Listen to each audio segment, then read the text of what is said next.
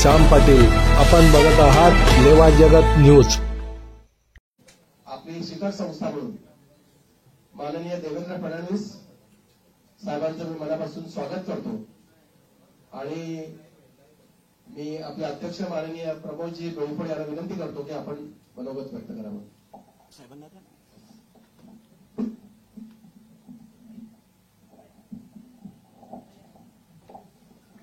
जास्त काही वेळ घेणार नाही.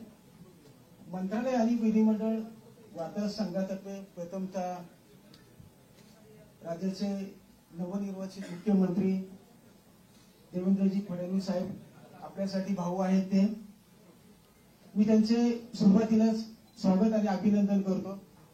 साहेब, लोकसभेची आचारसंहिता लागण्यापूर्वी आपल्या महायुती सरकारने राज्यातील ज्येष्ठ पत्रकारांसाठी जी निवृत्ती वेतन आहे बाळासाहेब आंबेडकर सन्मान योजना तर 20,000चा एक GR काढलेला.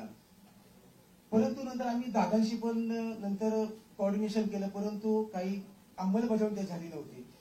मी जास्त काही मागणार नाही. जो GR निघालाय जो 20,000चा त्याची फक्त अंमलबजावणी करावी.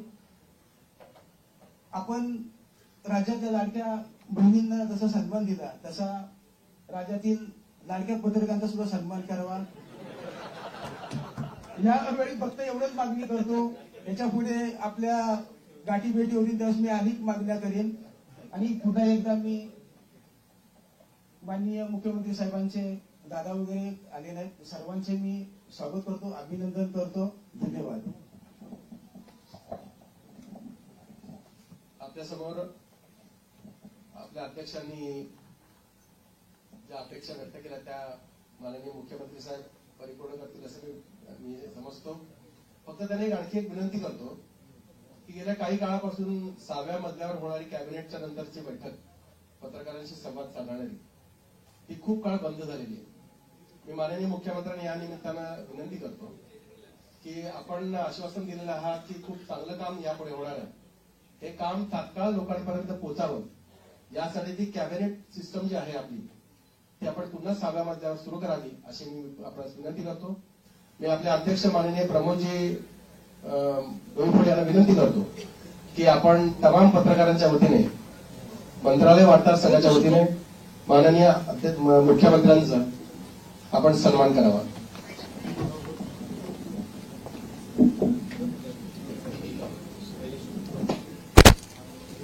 तिसरी वेळा मला ही संधी मिळते.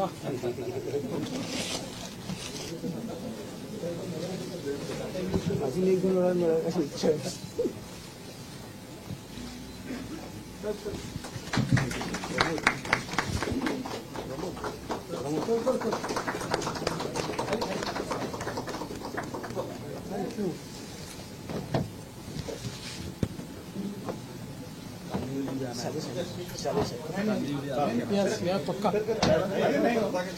स्वागत साहेब बोलतात.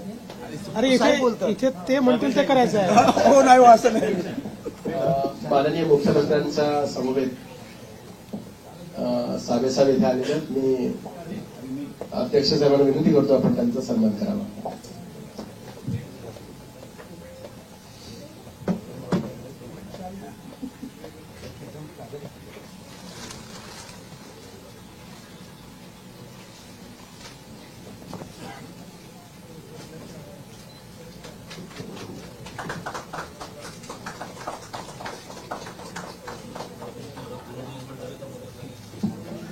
यानंतर आपल्याशी संवाद साधतील माननीय मुख्यमंत्री देवेंद्रजी फडणवीस.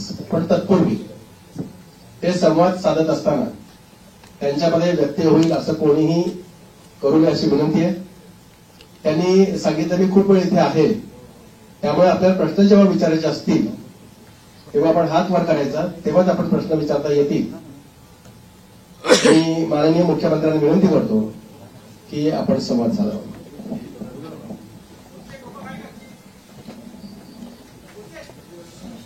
सर्वप्रथम मी मंत्रालय आणि विधिमंडळ वार्ताहर संघाचे अतिशय मनापासून आभार मानतो की आपण आजच शपथविधीनंतर या ठिकाणी मला निमंत्रित केलं आणि आपण सर्वांनी माझा स्वागत आणि सत्कार केला त्याबद्दल मनापासून आपले आभार आहेत. आणि मगाशी प्रवीणजी आणि प्रमोदजी असं म्हणाले की जेव्हा जेव्हा त्यांची बॉडी असते तेव्हा तेव्हा मी मुख्यमंत्री होतो. 29ला तुमचीच बॉडी यावी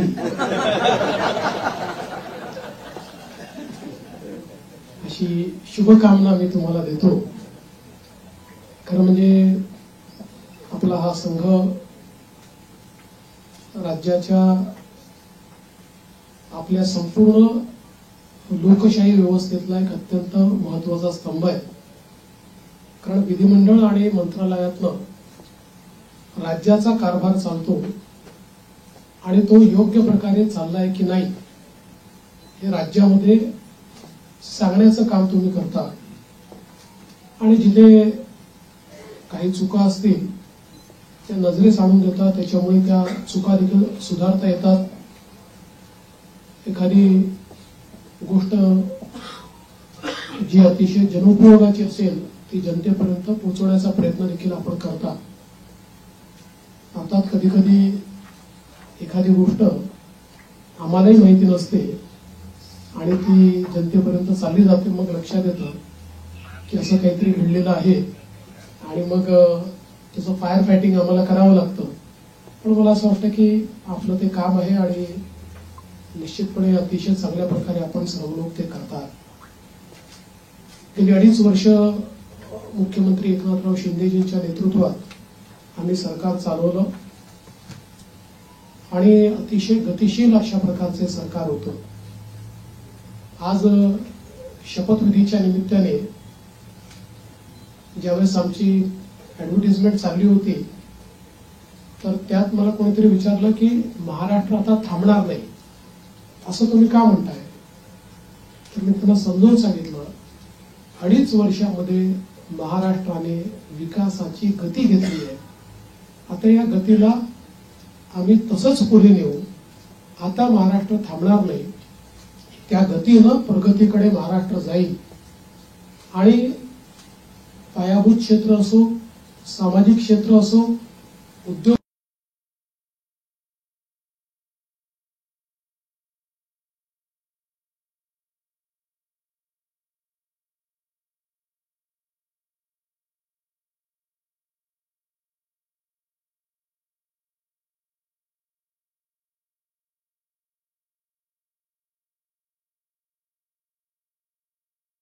क्षेत्र असो, प्रत्येक क्षेत्रामध्ये महाराष्ट्र अग्रणी राहील असा विश्वास या निमित्ताने मी व्यक्त करतोय.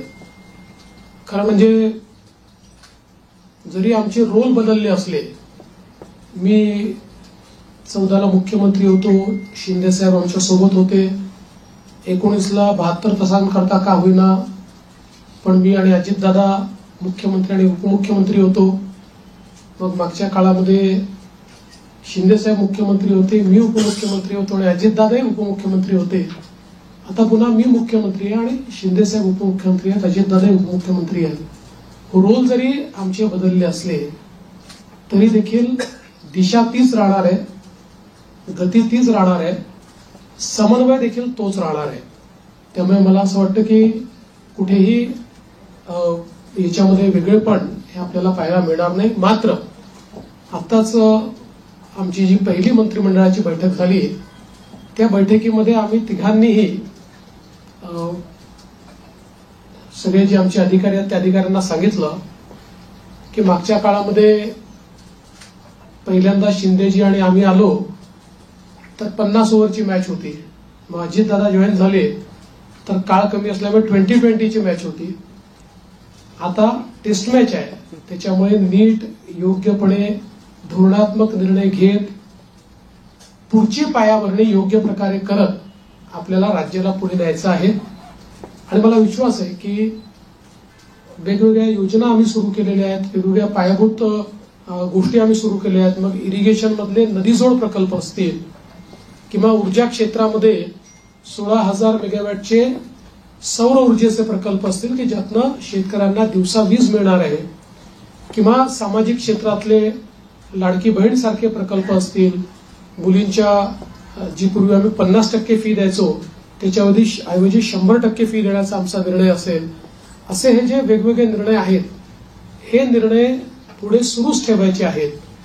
आणि आमचा प्रयत्न हा असणार आहे की आम्ही आमच्या वचननाम्यामध्ये, जाहीरनाम्यामध्ये जी जी आश्वासनं दिलेली आहेत ती आश्वासनं पूर्ण करण्याच्या दृष्टीनं पावलं आम्हाला उचलायची आहेत. आणि त्या दृष्टीनं पुढच्या काळामध्ये आम्ही निश्चितपणे योग्य वेळी योग्य निर्णय करून दिलेली सगळी आश्वासनं पूर्ण करण्याचा प्रयत्न करणार आहोत.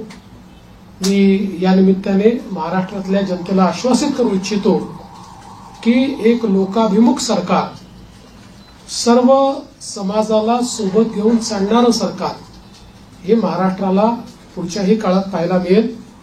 आणि अडचणी अनेक येतात, पण त्या अडचणींवर योग्य मार्ग काढत आम्ही मार्गक्रमण करू हा विश्वास मला आहे. मी आपल्या सगळ्यांची देखील या प्रयत्नांमध्ये साथ मागतोय. आपलं देखील एक प्रकारे सहकार्य या सगळ्या प्रयत्नामध्ये असावं अशा प्रकारची आपल्या सर्वांना विनंती करतो. आणि आपल्या माध्यमातून महाराष्ट्राच्या 14 कोटी जनतेला मी आश्वासित करू इच्छितो की हे सरकार पारदर्शीपणे आणि गतिशीलतेनं त्यांच्या कल्याणाकरता काम करेल हा विश्वास मी देतो. एक मिनिट आलोक देशमुख. नमस्कार, मी आलोक देशपांडे. गेली 5 वर्षात आपल्या राज्याने इतकं काय काय बघितलं, द्वेष, आरोप, सगळे काय काय खूप लेवलला सगळं गेलं. ही पुढची 5 वर्ष त्याच्यापेक्षा थोडी वेगळी असतील का? राजकारण थोडं वेगळं असेल का? याच्याबद्दल तुम्ही काय सांगा? पूर्णपणे वेगळं असेल. मी सांगितलं की बदल्याचं राजकारण करायचं नाहीये, तर बदल दाखवेल अशा प्रकारचं राजकारण करायचं आहे. त्यामुळे हे खरं आहे की विरोधकांची संख्या कमी आहे, पण विरोधकांच्या संख्येवर त्यांचा आवाज आम्ही मोजणार नाही किंवा संख्येनुसार त्यांचं मूल्यमापन आम्ही करणार नाही. It's time for you to be a कुठल्याही प्रकारचे 2019 पासून तर 22.5 पर्यंत जे वेगवेगळे बदल दिसले, अशा प्रकारचे कुठलेही धक्के आता यापुढे लागू नयेत ही जी अपेक्षा आहे ती आम्ही पूर्ण करू. दीपक बातूसे. तर लाडकी बहीण योजना याचा तुमच्या विजयात मोठा वाटा आहे. 2100 रुपये करण्याची तुम्ही घोषणा केली होती. तो निर्णय साधारणतः कधीपर्यंत होणार? आणि दुसरं, आता एक अशी चर्चा सुरू आहे की 1,500 जेव्हा दिले तेव्हा त्रुटीने कोणतीच झाली नव्हती. आता 2100 देताना त्रुटीने होणार अशी चर्चा आहे. त्या संदर्भात वस्तुस्थिती काय? असं आहे की पहिल्यांदा तर ही योजना आम्ही सुरूच ठेवणार आहोत आणि 2100 देखील आम्ही देणार आहोत. आता बजेटच्या वेळी त्याचा आम्ही विचार करू. आणि शेवटी आपले सगळे आर्थिक सोर्सेस जे आहेत ते सोर्सेस योग्य प्रकारे चॅनलाइज झाल्यानंतरच आपल्याला ते करता येतं. त्याच्यामुळे ते करण्याचा निर्णय पक्का आहे. जी आश्वासनं दिली ती आश्वासनं पूर्ण करू. त्याकरता ज्या व्यवस्था करायच्या त्या व्यवस्था आम्ही आधी करू. स्क्रुटिनीचा जिथपर्यंत सवाल आहे तिथपर्यंत एवढंच आहे की निकषाच्या बाहेर जर कोणी घेतलं असेल, निकषातला जो असेल त्याला कोणालाही त्यातनं कमी करायचं नाहीये. पण काही तक्रारी आल्या आहेत की निकषाच्या बाहेर मिळालेला आहे. जसं आपल्याला कल्पना असेल की शेतकरी सन्मान योजना जेव्हा मोदीजींनी सुरू केली त्यावेळी पहिल्यांदा जे काही बेनिफिशरीज होते लक्षात आलं की मोठ्या शेतकऱ्यांना देखील ते मिळालेलं आहे. मग नंतर त्यातल्या अनेक शेतकऱ्यांनी स्वतःच त्या ठिकाणी सांगितलं की आम्ही या निकषात बसत नाही. मला असं वाटतं त्यानंतर ती स्थिर झाली. अशाच प्रकारे जर ऍपरंटली या योजनेमध्ये काही ज्यांना आपण निकष ठरवलेले आहेत त्या निकषाच्या बाहेरच्या आमच्या बहिणी मिळाल्या तर त्याचा पुनर्विचार होईल. पण सरसकट काही पुनर्विचार वगैरे करण्याचा विषय नाही. अभय देशपांडे. मंत्रिमंडळाचा विस्तार कधी होईल आणि विधानसभा अध्यक्षांची निवड तुम्ही मुंबईच्याच अधिवेशनात करावी? विधानसभा अध्यक्षाची निवड ही मुंबईच्या अधिवेशनातच आम्ही करू. कारण नियमच असा आहे की शपथ झाल्यानंतर अध्यक्षाची निवड करावी लागते. अध्यक्षांच्या निवडीनंतर राज्यपालांचं अभिभाषण करावं लागतं. त्यामुळे ती सगळी प्रोसेस आताच आम्ही मंत्रिमंडळाने शिफारस करून राज्यपालांना पाठवलेली आहे की 7, 8 आणि 9 या 3 दिवसात ही शपथ घ्यावी 9 तारखेला स्पीकरचं निवडणूक करावी आणि 9ला आपण अभिभाषण करावं नियमानुसार, अशा प्रकारची शिफारस आता मंत्रिमंडळाने माननीय राज्यपालांना पाठवली. सोनू श्रीवास्तव विस्ताराच्या संदर्भात मला असं वाटतं की जवळपास आमची प्रक्रिया झालेली आहे. माझा स्वतःचा अंदाज असा आहे की नागपूर अधिवेशनापूर्वी आम्ही विस्तार करू. सोनू श्रीवास्तव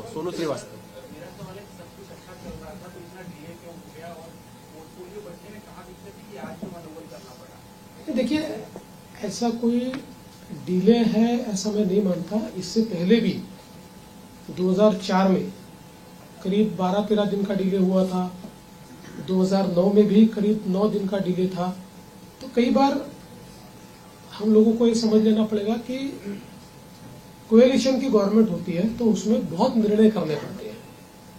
एक पार्टी की सरकार होती है तो निर्णय एक ही पार्टी को करना है. कोएलिशन की गवर्नमेंट में बहुत बड़े पैमाने पर कंसल्टेशन करना पड़ता है. वो कंसल्टेशन हमने किया है. करीब करीब हमारे नंबर्स भी हमने फ्रीज किए हैं. वो कितने अभी हम नहीं बताएंगे, वो पार्टियां बताएंगी, इसलिए मुझे पूछूंगा. और पोर्टफोलियो को भी अभी हम लोगों ने करीब करीब फाइनलाइज किया है. कुछ थोड़ा बचा है उसमें, वो भी कर लेंगे. तो मुझे लगता है कि अब हमारे सामने जो प्रश्न थे वो प्रश्न धीरे धीरे समाप्त हो गए. प्रवीण राऊत सीएम साहेब, मागील महायुतीच्या सरकारमध्ये तिन्ही पक्ष होते, त्या तिन्ही पक्षांचे जे विभाग होते तेच विभाग राहणार, ते त्याच्यामध्ये काही बदल होणार? थोडे बहुत बदल होऊ शकतात. फार बदल होतील असं नाही आहे. थोडे बहुत बदल होतील. धर्मेंद्र जोरे 1 मिनिट. नमस्कार सर. पूर्वीच्या 2014 आणि 19 वेळी आपलं जे टेन्यूर आहे ते आपल्या फ्लॅगशिप प्रोग्रामसाठी जमलं जातं. यावेळी तुमच्या डोक्यात ती अशी कल्पना आहे की मागच्या वेळी तुम्ही एक कायद्याची आज मला विश्वास आहे की तुमच्या डोक्यात काही असेल त्याची जर आज तुम्हाला घोषणा करायची असेल तर आम्हाला सांगितलं तर उद्यापासून आम्हाला काहीतरी काही गोष्टी आहेत डोक्यात, पण अजून माझ्या दोन्ही मित्रांची कन्सल्टेशन बाकी आहे. पण आता माझा फोकस जो आहे ना तो या ज्या काही महत्वाच्या योजना आहेत, जसं नदीजोड प्रकल्प, याचं काम सुरू झालं पाहिजे याच्यावर माझा भर असणार आहे. सौर ऊर्जेचे प्रकल्प आपण घेतले आहेत ज्याच्यामध्ये आता रोजची डिलिव्हरी सुरू झाली. आता 60 मेगावॅट तयार झाले, 100 मेगावॅट अजून तयार होत आहेत. कुठल्याही परिस्थितीमध्ये 2026 पर्यंत 16,000 मेगावॅटचे प्रकल्प पूर्ण करायचे आहेत. त्यामुळे ही जी कामं ऑलरेडी हातात घेतली की जी शाश्वत विकासाची कामं आहेत, ज्यातनं शेतकऱ्याचं कल्याण होणार आहे, राज्याचं कल्याण होणार आहे, हे आणि यातला प्रत्येक प्रकल्प असा आहे की ज्याचा नीट फॉलोअप करावा लागतो. नुसते आपण टेंडर देऊन टाकल्याने होत नाही. अडथळे येतात, ते अडथळे दूर करावे लागतात. त्यामुळे मागच्या काळातली जी आमची एक वॉर रूमची पद्धत होती, माननीय शिंदे साहेबांनी देखील ती सुरू ठेवली होती, पण ती अधिक इफेक्टिव्ह कशी करता येईल असा माझा प्रयत्न असणार आहे की ज्यातनं किमान जे फ्लॅगशिप कार्यक्रम आहेत त्यांच्याकरता आपल्याला ही वॉर रूमची अधिक त्याचा उपयोग कसा करता येईल. जलयुक्त शिवार सारखी योजना जी पुन्हा आम्ही गेल्या 2.5 वर्षामध्ये त्याला बळकटीकरण केलेलं आहे, या योजनेला अधिक वेगाने आपल्याला कसं करता येईल याचा प्रयत्न माझा असणार आहे. त्यामुळे एकूणच ज्याला आपण मूलभूत अशा प्रकारचे जे निर्णय असतात त्या निर्णयावर अधिक भर द्यायचा माझा प्रयत्न असेल. दिनेश मौर्या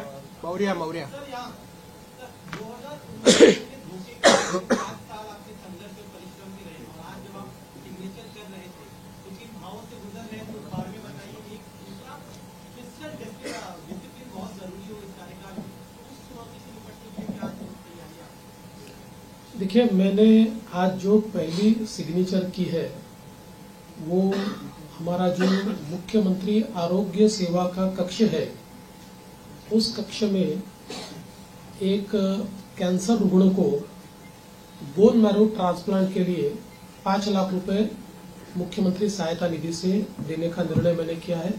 पहली साइन वो मैंने की हुई है.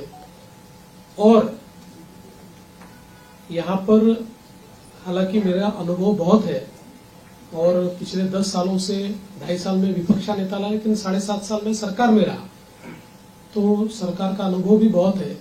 किंतु जिस प्रकार का मैंडेट इस समय मिला है, मैं ऐसा मानता हूं कि निश्चित रूप से उस मैंडेट का एक प्रेशर जनता के प्यार का एक प्रेशर हमारे पर है और मैं उसको महसूस करता हूं कि जब अपेक्षाएं बड़ी होती है तो चुनौती भी बड़ी होती है, क्योंकि लोग आपसे अपेक्षा कर रहे हैं, तो निश्चित रूप से उसका प्रेशर मुझ पर है। और जहां तक फिस्कल डिसिप्लिन का सवाल है तो निश्चित रूप से उसके ऊपर हमको काम करना ही पड़ेगा, क्योंकि हमने बहुत महत्वाकांक्षी योजना की है। देखिए क्या होता है कि नॉर्मली आप सोशल सेक्टर में और इंफ्रास्ट्रक्चर सेक्टर में, दोनों सेक्टर में एक साथ काम करते हैं, लेकिन सोशल सेक्टर का स्पेंडिंग ये हम लोगों ने 4 गुना 5 गुना बढ़ाया है, जो मैं ऐसा मानता हूं कि इकोनॉमिक्स में इसको गलत नहीं माना जाता है, क्योंकि इसका भी एक अपना रिटर्न होता है। इसके सोशल रिटर्न भी होते हैं, इसके इकोनॉमिक रिटर्न भी होते हैं, लेकिन उसका प्रेशर जरूर बजट के ऊपर आता है। तो उस बजट को बैलेंस करना ये हमारा काम होगा, हम उसको करेंगे। सदानंद खोपकर.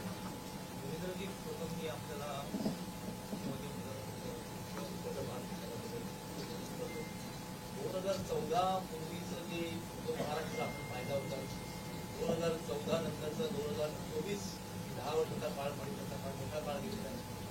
या 2024 नंतरच्या महाराष्ट्राकडे आपण कसं पाहतो? मला असं वाटतं की महाराष्ट्र वेगाने प्रगतीच करतो आहे, मात्र राजकीय संस्कृती जी महाराष्ट्रातली आहे त्याच्यावर पुनर्विचार करण्याची गरज ही सर्व पक्षांना आहे. महाराष्ट्रातलं जे राजकीय वातावरण होतं ते आपल्याला योग्य कसं करता येईल याचा प्रयत्न आपण केला पाहिजे. मी शपथविधीच्या निमित्ताने माननीय पवार साहेब असतील, माननीय उद्धवजी ठाकरे असतील, माननीय सुशीलकुमार शिंदेजी असतील, माननीय पृथ्वीराज चव्हाण साहेब असतील किंवा सन्माननीय राज ठाकरे साहेब असतील, अशा सगळ्या प्रमुख लोकांना त्या ठिकाणी स्वतः फोन करून त्यांना निमंत्रण दिलं. त्यातल्या प्रत्येकाने माझं अभिनंदन केलं, मला शुभेच्छा दिल्या. काही व्यक्तिगत कारणाने ती लोक येऊ शकले नाहीत, पण त्यांनी शुभेच्छा दिल्या. मला असं वाटतं की जो राजकीय संवाद महाराष्ट्रामध्ये आणि इतर राज्यांमध्ये आणि विशेषतः दक्षिणेच्या राज्यांमध्ये जे काही अंतर आहे ते हेच अंतर आहे की महाराष्ट्रात राजकीय संवाद हा कधी संपला नाही. आपण अनेक राज्यांमध्ये असं बघतो की 2 पक्षांमध्ये किंवा 2 नेत्यांमध्ये इतका विसंवाद असतो की हिंदीमध्ये ज्याला खून के प्यासे म्हणतो अशा प्रकारची परिस्थिती आपल्याला पाहायला मिळते. ती महाराष्ट्रात नव्हती, आजही नाही आणि ती पुढे राहू नये हा माझा प्रयत्न असेल. याला जोडून एकतर तुम्ही राहाल नाही तर मी असं म्हणणाऱ्यांना काय उत्तर नाही, मी त्याच वेळेस सांगितलं होतं की राजकारणात सगळेच राहतात, तेही राहतील, मी राहील, आम्ही सगळेच राहणार आहोत. Sanjay Bapat. Sanjay Bapat. One minute. Sanjay Bapat. Sanjeev. One minute. Sanjeev. Sanjay Bapat. Sanjeev 1 minute. Sanjay Bapat. पायाभूत सुविधा आवडता विषय असतो. त्यांनी कलकत्तामध्ये समृद्धी महामार्ग पूर्ण केला. त्याच्यानंतर ह्याच्यामध्ये सुरुवात केली शक्तीपीठ महामार्ग. काय पण निवडणुकीच्या वेळी त्याचं शक्तीपीठ महामार्गाच्या संदर्भात सांगली जिल्ह्यापर्यंत त्याला पूर्ण समर्थन आहे आणि सगळे शेतकरी आमच्याकडे येऊन सांगतात की तुम्ही भूसंपादन करा. सांगली जिल्ह्यातल्या काही भागात त्याला समर्थन आहे, पण कोल्हापूर जिल्हा जिथे सुरू होतो तिथे मात्र त्याला खूप मोठ्या प्रमाणात विरोध आहे. आणि आम्ही ज्यावेळी समृद्धी महामार्ग केला त्यावेळी आम्ही विरोध पत्करून नाही केला, लोकांना समजून केला. त्यामुळे आमचा यात प्रयत्न असा असेल की ज्या भागापर्यंत विरोध नाही तिथपर्यंतची अलाइनमेंट आता फायनल करायची आणि पुढची अलाइनमेंट जी आहे ती आपल्याला सगळ्यांची चर्चा करून काही पर्यायी अलाइनमेंट काढता येते का याचा विचार आपण करू. कारण शेतकऱ्यांना नाराज करून शेतकऱ्यांच्या जमिनी जबरदस्तीने घेऊन विकास करण्याची मानसिकता आपली नाही आहे. त्यामुळे काही पर्यायी रस्ते तयार करता येतील किंवा त्याला एक्झिस्टिंग जो काही हायवे आहे त्याला कोल्हापूरच्या आधी कुठे जोडता येईल का, किंवा अजून काही एखादा आपल्याला फ्लायओव्हरच्या माध्यमातून काही निर्णय करता येईल का, असं चर्चेतनं मार्ग काढू. पण मला असं वाटतं की सांगली जिल्ह्यापर्यंत तर शक्तीपीठ महामार्गाला मोठ्या प्रमाणात समर्थन आहे. आणि माझा या महामार्गावर एकाच कारणाकरता थोडासा जोर आहे की जसं समृद्धी महामार्गामुळे विदर्भ आणि मराठवाड्यातले विशेषतः संभाजीनगर आणि जालना जिल्ह्याचं चित्र बदललं. म्हणजे आता महाराष्ट्राचं न्यू इंडस्ट्री मॅग्नेट हे पुण्यावरनं हळूहळू हे पुण्यातनं शिफ्ट होणारच नाही, पण आता त्याचा विस्तार हा आपल्याला संभाजीनगर आणि जालन्याला होताना दिसतोय. तर अशाच प्रकारे शक्तीपीठ महामार्गामुळे संपूर्ण मराठवाड्याचं चित्र बदलणार आहे, चित्र एकदम. आणि म्हणून त्या महामार्गाचा माझा थोडा आग्रह आहे, पण सगळ्यांशी चर्चा करूनच त्याच्यातला पुढचा निर्णय होईल, तोपर्यंत होणार नाही. संजीव शुक्ला शक्तीपीठ बोलला तसं कोकणच्या महामार्गासंदर्भात आपण लक्ष द्यावं.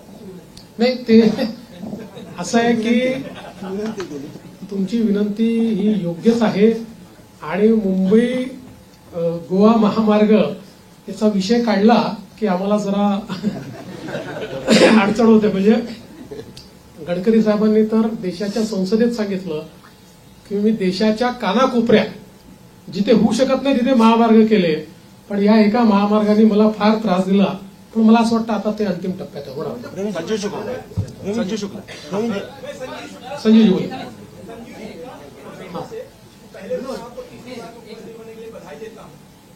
मैं ये जानना चाहता हूँ कि पिछली बार मतलब आपने जो मंत्री के तौर पर काम अच्छा किया है, लोगों की भावना है आपके मंत्रालय से बात करते तो वो रखेंगे क्या? दूसरी बात मैं ये भी कहना चाहता हूँ कि लाडली बहनों की वजह से आपको सफलता मिलने में काफी आसानी हुई. राजनीति में इतने व्यभिचारी घुस गए हैं, कई मंत्रियों के ऊपर ऐसे बलात्कार के इस तरह के आरोप लगे हैं, तो क्या आप उनका अप्रेजल देंगे उसके बाद मंत्री बनाएंगे या किसी को बना देंगे?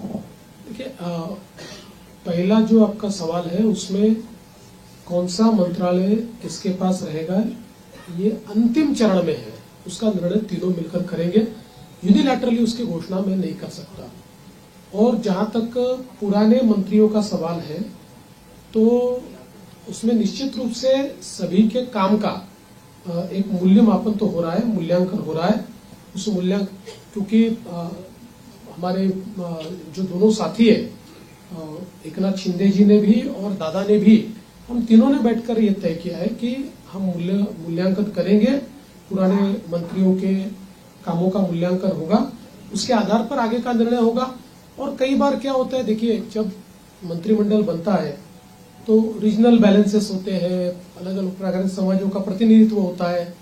तो इसलिए मुझे ऐसा लगता है कि कुछ निर्णय ये देखकर भी हम लोग करेंगे कि भाई पिछले बार उन्होंने कैसा काम किया है. कई बार ये होता है कि किसी ने अच्छा काम भी किया होता है लेकिन रीजनल बैलेंस में क्योंकि 3 लोगों को मंत्री पद बांटने हैं तो आगे पीछे होता है. यदू जोशी माझा दोष पटला होता की मंत्रिमंडळाच्या विस्तारामध्ये ते सिनियर सिटीजन असतील. कोणी सिनियर सिटीजन नाही आहे. तुम्ही हे लक्षात ठेवा, राजकारणामध्ये जोपर्यंत जनता ठरवत नाही तोपर्यंत कोणी म्हातारे होत नाही, कोणी रिटायर होत नाही. विनोद जगदाळे. सर, मेरा सवाल ये है कि नई इंडस्ट्री लाने के लिए क्या प्रयास हो गया? पिछले 2.5 साल में आपने देखा होगा कि विपक्ष हमेशा यही चिल्लाता रहा है कि सारे उद्योग गुजरात जा रहे हैं.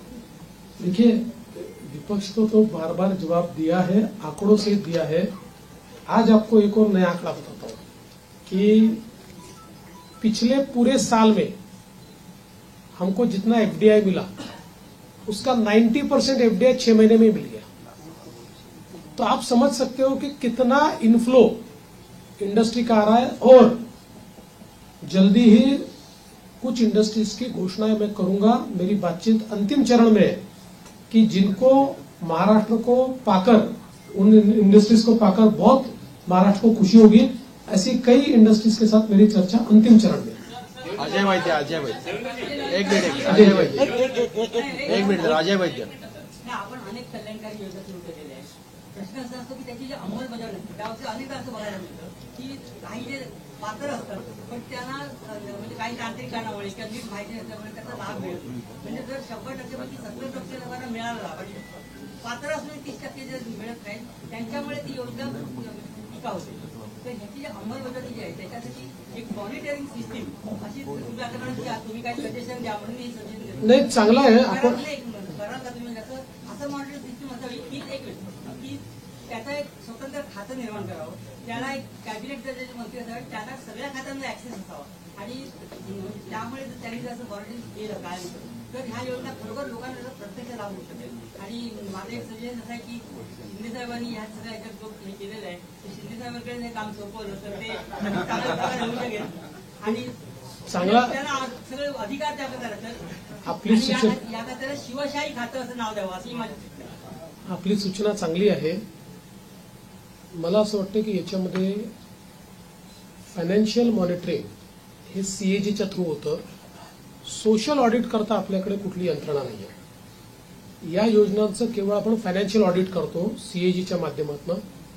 निश्चितपणे फ्लॅगशिप ज्या योजना आहेत याच्या सोशल ऑडिटची देखील काही व्यवस्था आम्ही उभी करू. सुरेंद्र गांजर एक मिनिट सुरेंद्र गांजर नाही, आता आपला निधी परत जात नाहीये. निधी आपण पूर्ण खर्च करतो. सुरेंद्र गांजर सुरेंद्र जरा एकच मिनिट एक 1 मिनिट सुरेंद्र गांजर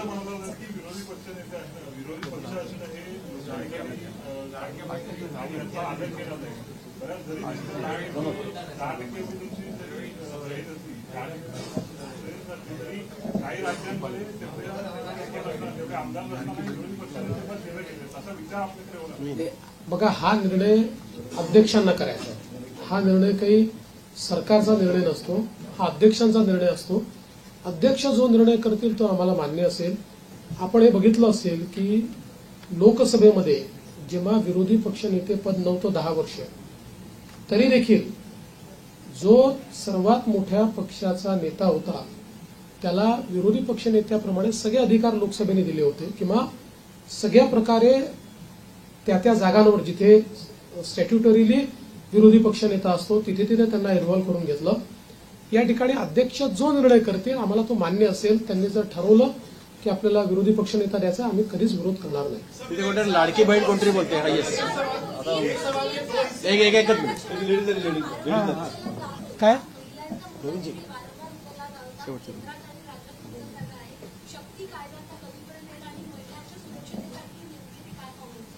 बघा, शक्ती कायद्याच्या संदर्भात प्रॉब्लेम असा झाला की शक्ती कायदा आपला गेल्यानंतर दरम्यानच्या काळामध्ये वेगवेगळ्या डिपार्टमेंटला तो गेला. कारण आपला कायदा हा केंद्राच्या अनेक कायद्यांवर अधिक्षेप करणारा होता आणि त्यासोबत काही तरतुदी आपल्या ज्या होत्या त्या संदर्भात काही विसंगत निर्णय, म्हणजे त्यापेक्षा वेगळे निर्णय, विसंगत म्हणजे वेगळे निर्णय हे सुप्रीम कोर्टाने दिले होते. म्हणून तो कायदा त्या ठिकाणी चर्चेमध्ये होता. दरम्यानच्या काळामध्ये केंद्र सरकारने 3 नवीन कायदे तयार केले आणि या 3 नवीन कायद्यांमधल्या त्यांनी ज्या तरतुदी केल्या जवळपास आपण ज्या तरतुदी केलेल्या आहेत तशा तरतुदी त्या कायद्यांमध्ये आहेत आणि आता पुन्हा त्या कायद्याशी आपल्या काही तरतुदी विसंगत होत आहेत. त्यामुळे आता केंद्र सरकारशी त्या संदर्भात चर्चा करावी लागेल. जसं आपण बघितलं असेल तर आता या नवीन कायद्यांमध्ये एक इंडिपेंडंट चॅप्टर हा रेपवर तयार झालेला आहे. फाशीपर्यंतची शिक्षा जी आधीच्या कायद्यांमध्ये नव्हती ती आता या नवीन ज्या आपण जी न्यायसंहिता केलेली आहे त्याच्यामध्ये ठेवलेली आहे. त्यामुळे आता या संदर्भात एकदा केंद्र सरकारशी चर्चा करून आवश्यक असेल तर कदाचित आपल्या कायद्यांमध्ये बदल करावा लागेल. प्रसाद पाटील 1 मिनिट प्रसाद पाटील एक 1 मिनिट प्रसाद पाटील.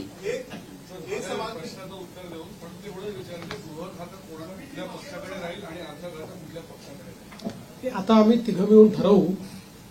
आम्ही आता तिघं मिळून सरकार, त्यामुळे सरकारकडे राहील आणि सरकार चालवेल. एबीपी माझा शिंदेची शेवटी तत्वापर्यंत नाराजी आपल्याला पाहायला मिळत होती. नेमकं कारण काय आपण स्पष्ट झालंय का? गृह खातं खरंच त्यांच्याकडे जाणार आहे? मी तुम्हाला 100% सांगतो त्यांची बिलकुल नाराजी नव्हती. मी स्वतः त्यांना भेटलो होतो. त्यांची कुठलीही नाराजी त्याच्यामध्ये नव्हती. नाराजीच्या बातम्या जास्त चालल्या पण कुठलीही नाराजी नव्हती. उलट मी विनंती केल्यानंतर त्यांनी तात्काळ ते स्वीकार केलं.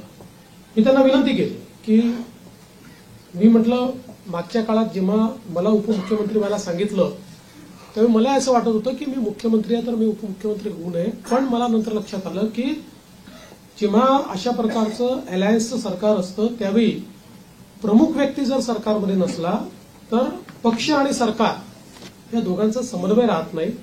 आणि त्यामुळे त्यांनी ते मान्य केलं. मला असं वाटतं की त्याच्या बातम्या जास्त चालल्या, म्हणजे आमच्यात तर कुठल्याही समन्वयाचा अभाव नव्हता. पांडुरंग मस्के आता उदाहरणादाखल सांगतो की गिरीश महाजन समजवायला गेले. गिरीश महाजन समजवायला गेले नव्हते. गिरीश महाजन सहज भेटायला गेले होते. मला गिरीश महाजन त्यांना बाहेर आल्यावर समजलं. ते मला म्हणे, अहो बातमी चालली आहे की मी समजवायला गेलो. म्हणलं कशाला गेले तुम्ही? पांडुरंग मस्के पांडुरंग आसाम सरकार ने डीप बैंक किया है पूरे राज्य में. आपकी सरकार आज आई है, मैं जानना चाहता हूँ क्या आपने इस बारात में नजीर पेश करेगा या आपका?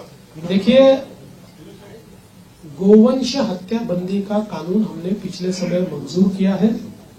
हमारे यहाँ पर गोवंश केवल गाय नहीं, गोवंश की हत्या नहीं की जा सकती है. उस कानून को कड़ाई से हम लोग लागू कर रहे हैं. शेवटचे मस्के पांडुरंग मस्के पांडुरंग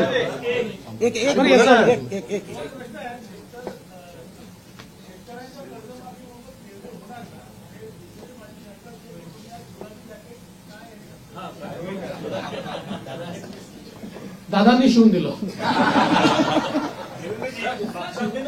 एक तो प्रश्न कर्जमाफीच्या संदर्भात जी आम्ही घोषणा केली आहे त्याची अंमलबजावणी करू. मुंबई के आसपास के कॉर्पोरेशन है, उसके सारे चुनाव 2-3 साल से पेंडिंग है.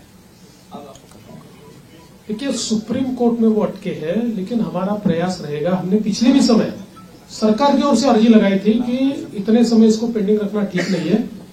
सुप्रीम कोर्ट ने जो इंडिकेट हमको किया उसमें वो अभी कंटिन्यूस सुनवाई लेंगे ऐसा उन्होंने कहा है. हमारा प्रयास रहेगा कि जल्दी सुनवाई हो, क्योंकि केवल वहां नहीं, पूरे महाराष्ट्र में ये चुनाव बाकी है. और मैंने बार बार ये कहा है कि स्वस्थ लोकतंत्र के हिसाब से जो स्थानीय इकाई है उसका चुनाव होना बहुत जरूरी है. दीपक कैतके शेवटचा प्रश्न दीपक कैतके. संघर्षाचा प्रवास आम्ही बघितला, कव्हर पण केला. आज ज्यावेळेला आपण शपथविधीच्या वेळेला शपथ घेत होता त्यावेळेला नेमकी आपल्या मनात काय भावना होती? कारण काय नेमका काय वाटतं? मी एवढंच सांगू शकतो की आपल्या सगळ्यांना साईबाबांनी एक मंत्र दिलेला आहे, श्रद्धा आणि सबूत. शेवटचा प्रश्न प्रेमानंद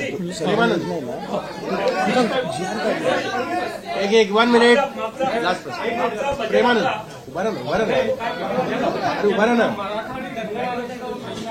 या निवडणुकीतील लोकसभेला 2014ला तुम्ही सांगितलं पहिल्या कॅबिनेट प्रश्न मार्गी लावणार. आता काय ठोस निर्णय होणार आहे? असं आहे की त्याच्यानंतर मी राज्याच्या विधानसभेमध्ये त्याची वस्तुस्थिती मांडली होती की कशा प्रकारे ऑलरेडी त्याच्या आधीच्या सरकारने हे देता येत नाही अशा प्रकारचा अहवाल हा केंद्र सरकारला पाठवला होता. त्याच्यानंतर त्याच्यामध्ये बरीच कारवाई झाली. मध्यंतरीच्या काळामध्ये त्याची केस कोर्टामध्ये झाली. कोर्टामध्ये त्याला सपोर्टिंग ऍफिडेव्हिट्स आम्ही केले, परंतु एका कुठल्या तरी सर्टिफिकेटमुळे कोर्टाने त्याच्यात दुसरा निर्णय घेतला. नंतर ते सर्टिफिकेट बोगस असल्यामुळे ते सर्टिफिकेट आम्ही रद्द केलं. आता पुन्हा कोर्टाच्या विचाराधीन तो विषय आहे आणि कोर्टामध्ये योग्य ती बाजू आम्ही मांडलेली आहे. आणि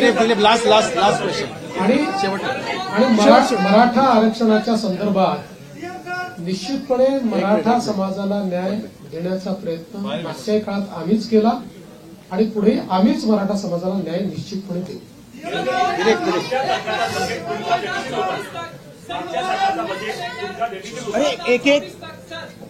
काय 2019 से लेकर 2024 तक खासकर लॉ एंड ऑर्डर को लेकर आपको हमेशा गृह मंत्रालय आपके पास था, विरोधी पक्ष आपको टारगेट करता रहा. पूरा 5 साल का कार्यकाल अब आपके पास है, अपनी मेजोरिटी है. क्या महाराष्ट्र शांत रहेगा? महाराष्ट्र शांत रहेगा? और दूसरा सवाल, खासकर प्रचार के दौरान भी जात में दर्ज है, कास्ट सेंसस की बात होती रही, अजित पवार ने बार की, तो क्या कास्ट सेंसस को लेकर भी सरकार ने एजेंडे पर पत्रकारों के लिए आपने कानून बनाया था, लेकिन उसका विषय तो लेकर आप क्या सोच रहे हैं? कि पहला आपने क्या कहा था? देखो उनके उसमें मैं भूल गया. ऐसा है कि कोई भी गृह मंत्री बने तब भी उसको ये सारी चीजें सुननी पड़ती है, टीका होती है। गृह मंत्रालय ही ऐसा है कि जिसमें आपको धन्यवाद कम मिलते हैं, गाली ज्यादा मिलती है, लेकिन बावजूद उसके कन्विक्शन के साथ आपको ये मंत्रालय संभालना पड़ता है। मैंने कन्विक्शन के साथ उसको संभाला और मैं इतना ही आपको कहता हूं कि इस कार्यकाल में भी हमारी सरकार गृह मंत्रालय के माध्यम से महाराष्ट्र में कानून व्यवस्था अच्छी रहे, महाराष्ट्र के लोगों को सुरक्षित लगे, इस प्रकार के सारे उपाय करेगी। पत्रकार एक मिनट देखिए, भारतीय जनता पार्टी की भूमिका ये बार बार हमने स्पष्ट की है कि कास्ट सेंसस को हमारा विरोध नहीं है। जो पहला कास्ट सेंसस बिहार में हुआ हमारे समर्थन से ही हुआ है। हमारा हमेशा इतना ही कहना है कि कास्ट सेंसस को वेपनाइज मत करो। कास्ट सेंसस का वेपन के रूप में अगर उपयोग किया तो जो माइक्रो समाज है, संख्या में कम समाज है, विशेष रूप से माइक्रो ओबीसीज है, इनके ऊपर उसका अन्याय हो सकता है। इसलिए कास्ट सेंसस अगर करना है तो उसका पहले क्या हमको उसमें से पाना है ये हमने तय करना चाहिए, उस प्रकार से उसको करना चाहिए। उसको राजनीतिक वेपन बनाने की कोशिश अगर होगी तो समाज में विघटन होगा।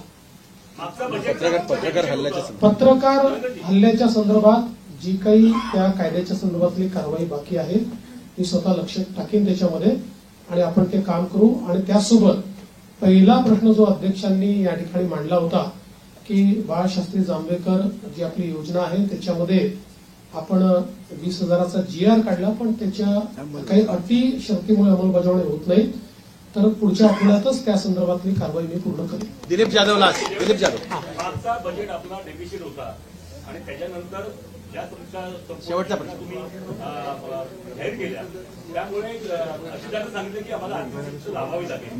नंबर 1. नंबर 2, कोकणाचं पॅकेज आपण मागणी ते जाहीर केलं होतं, त्याचा पुढे काय झालं? पहिली गोष्ट अशी आहे की विकसनशील अर्थव्यवस्थेमध्ये बजेट हे डेफिसिटच असतं।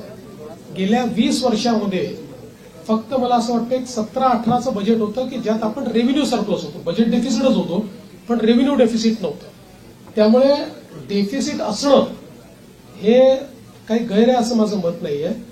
फक्त पैसा कशावर खर्च होतो, त्यातनं आपल्याला आउटपुट काय मिळतो, या गोष्टी महत्वाच्या असतात। आणि तुमचा डेट GDP रेशिओ काय, जसं उदाहरणादाखल लोक सांगतात महाराष्ट्रात 7 लाख झालं, 7 लाख कोटी कर्ज झालं, पण महाराष्ट्राचा जो अर्थसंकल्प आहे किंवा महाराष्ट्राचा जो GSDP आहे तोही आता ½ ट्रिलियनच्या वर गेलेला आहे।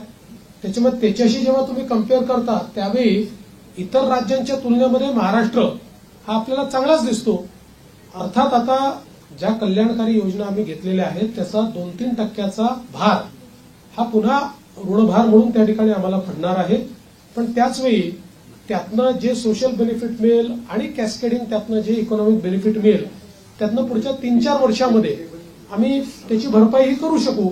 म्हणून मला असं वाटतं की फार याची चिंता करू नये की डेफिसिट आहे, याची चिंता केली पाहिजे की डेफिसिट कशामुळे होत आहे। जो पैसा चाललाय तो सामाजिक क्षेत्रात किंवा इन्फ्रास्ट्रक्चरच्या क्षेत्रात योग्य वापरला जातोय की नाही तो प्रयत्न आम्ही करू।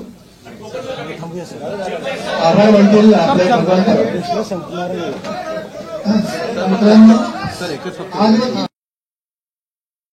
लेवा जगत यूट्यूब चॅनलमध्ये आपलं स्वागत आहे। आपल्या परिसरातील ताज्या घडामोडी बघण्याकरता आमचे चॅनल सबस्क्राईब करा आणि आपल्या मोबाईलवर बघा ताज्या बातम्या व कमेंट करून प्रतिक्रिया जरूर कळवा। बघत रहा लेवा जगत। धन्यवाद।